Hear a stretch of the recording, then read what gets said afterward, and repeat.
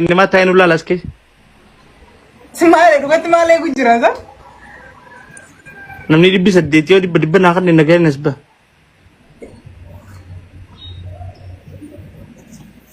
Shani tategir.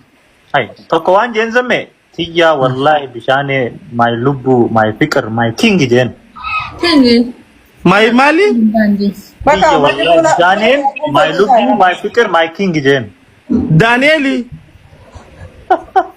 Daniel ce. La ilah. Danielo gina dura kas.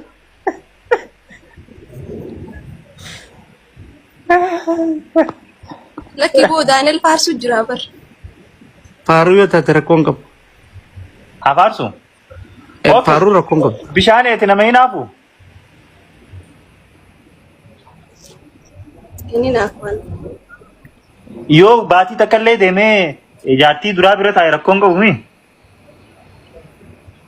La baci butu muti. Ha. Hai, najesu beti tu. Baci butu yo. Hindan tau, biar kopi.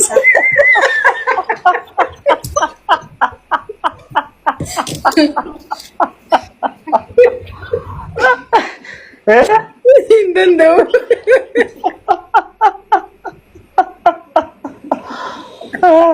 Baati gutun zamme. Hi? Baati gutun toye. Baci nando. Aye, zamme kami waldan desifta. Ogula mallama no bishane nduftu lam. Abdi ni rubo. Abdi na waya. Us abde naw yenjen ya. Iya, sitten kan nujra mal ma jasam jang kun. Wal gargar rebde. Jaartii tiyya gabbu sada leebaa. Nabiran demin jetretul. Hai. Injet guya ko shan jette shin. Alto amangad mana busura qabda khasai bati kali. Ana miti bisane tiyya ono komenti jala ummanni amma jaarsa kan dhageenye mataa qabatan. Buy masinjaa. Zamme kami waldan desifta. Guya ko shani.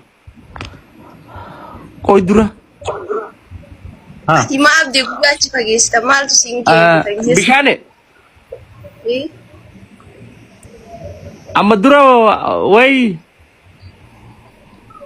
Nerum ne ter. Ana be Ini ne.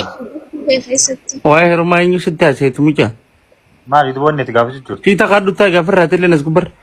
Iya. Khiyamat. Asman na dabarta. Gafa tu tingira wani nama fam fidu mal. Basi wallol tanatini tolaitte. Nerum ne sinjo jirar. Awan beratin gafa tu dia mat ma hermat fidat. Wan sana kan gaban ne fera ka hay. Yo nerumina kam ta. Wan ati gafa jurtu. Mal islawani nang gafa tigir. Gafa do ye. Fuula kiyya tuttuqa ummata qubaan akkasi gista akka tuttu gora. Mal islawani nang gafa tigir ko me abdina fam berabbe khamal.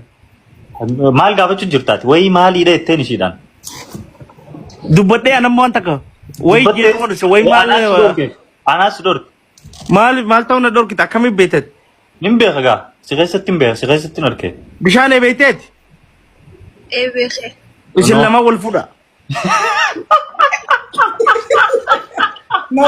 Isin to aka warra wal rabe. O mbe ko nakara. O islama ni baka. Abu jarsa fanne qabdi maluma fin binu sonje marin qabaya bu. Jarsa kam.